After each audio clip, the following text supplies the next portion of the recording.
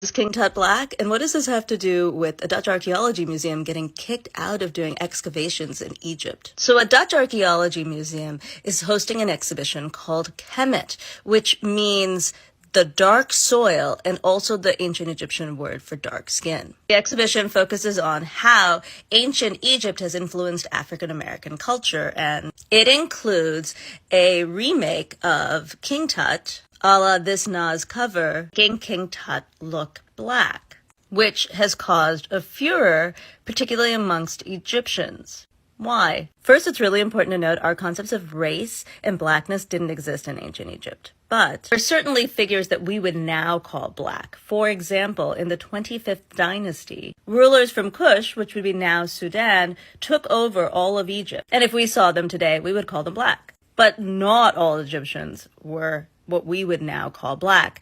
Many of the people living in Egypt today are descendants of the ancient Egyptians who had olive skin and dark eyes. So some of the furor comes from the rightful criticism that the stories about black ancient Egyptians were often not told. For example, there's royal wife Amos Nefertiti, who is seen here, and thanks to her surviving mummy, had skin that we would now call black.